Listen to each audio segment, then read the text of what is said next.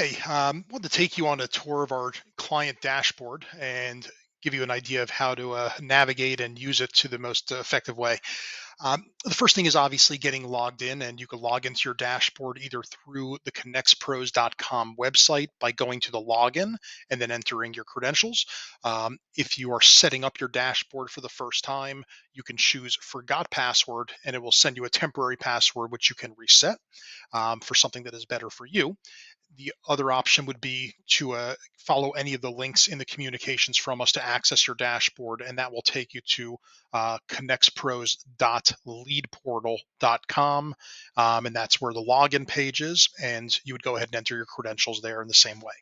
Once you are logged in, the opening page of your client dashboard will look like this that you see on your screen. And as you can see, the page is empty. This is by default going to go to, and you can see on the left hand side, the different menu options. It's going to go to My Leads.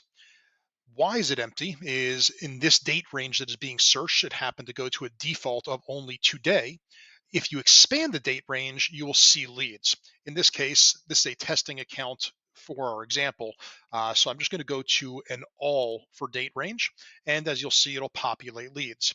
Um, just to make you aware as well, leads typically will populate in here with the full information, not looking like encrypted emails or phone numbers. But after 60 days in our system, we do have to go ahead and encrypt and block that data. So any leads that are newer, as you can see on the dates here, these are just old testing leads. But again, they would typically have a first name, last name, and all the other information that is relevant for that potential lead. So you'll view your leads here. Remember, the date range is an easy way to go ahead and navigate and make sure you're seeing what you want to see. Um, the menu on the left-hand side, you'll also notice there's home improvement, which is what we refer to for all of our web form leads. We do also offer inbound phone call leads. So if you're searching for those and you are someone that has that as part of your service, then you would be able to view those through our inbound phone leads and just clicking on that tab there. And in here, this is where when these leads are applicable, there would be the recordings as well of these calls as they're inbound phone calls, and they are also able to be downloaded.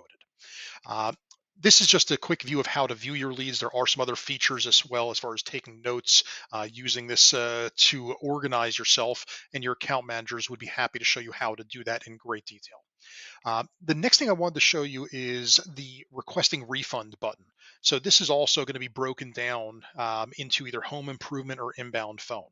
So currently, I don't have any leads in this account that are eligible for refund because they are all so old. But typically, if there is eligible leads, it'll show up like it says with the lead ID, the type, date and time, the details, and then you'll start seeing reason, description, and action. Reason is a drop down menu that you will just choose either bogus lead or bad phone, whatever is applicable. And then in description, just typing a brief description of what it is that was the issue with the lead based on our credit policy. And then there is an action button right next to it that looks like a dollar bill. By pushing that, that will then get submitted and then under review for credit. So if you would like to then view your credit status, the refund status on leads, history or a current one, you would just choose on the left-hand side refund status.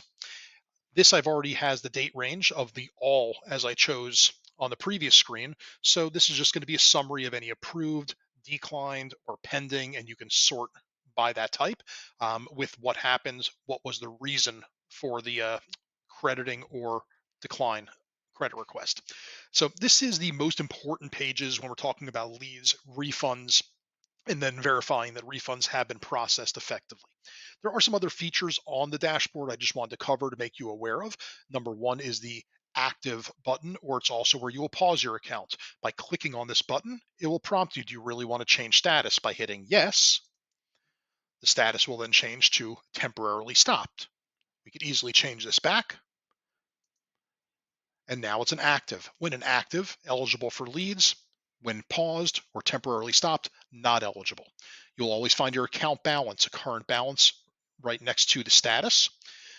There are some other menu items on the left-hand side. For example, settings.